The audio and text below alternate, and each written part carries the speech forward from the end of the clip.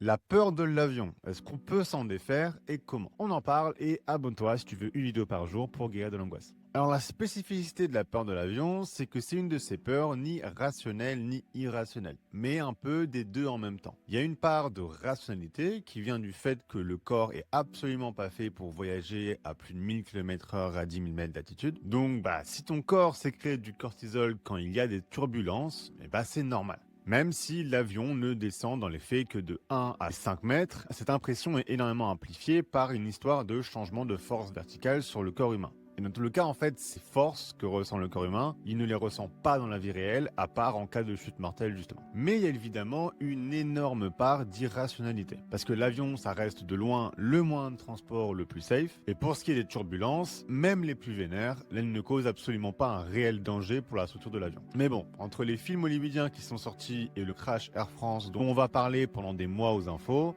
c'est naturel d'avoir un système nerveux qui en a peur. Donc mes conseils à moi, occupe-toi déjà de la partie rationnelle en regardant par exemple les petites formations et les ateliers que propose Air France, spécialement pour ça. Mais sache que même si la partie rationnelle du problème elle est réglée, tu peux toujours avoir la partie irrationnelle qui reste et qui, elle, va subsister si tu continues d'éviter volontairement de prendre l'avion en raison de cette peur. Donc évidemment, c'est pas si mal écologiquement parlant. Si tu veux prendre le train à la place, prends-le. Mais il y a vraiment certains cas où prendre l'avion est la seule solution. Et beaucoup de personnes vont décider de ne pas partir en voyage à cause de ça. Et donc là, il faut que tu prennes la décision de t'exposer. Et dernier petit conseil que je peux te donner, si tu veux aller progressivement dans ta thérapie d'exposition en reprenant l'avion, commence par prendre tes places au niveau des ailes de l'avion. C'est là où tu ressentiras le moins de turbulences, contrairement à l'arrière de l'avion, où c'est là, à cause de l'effet balançoire, que les turbulences sont amplifiées de manière extrêmement notable. Et voilà, j'espère que ça t'a apporté quelque chose cette vidéo. Si tu veux commencer sérieusement ta guérison ou que tu veux faire un peu le point sur là où tu en es, n'hésite pas à faire le test de début de guérison que tu trouveras via le lien sur mon profil.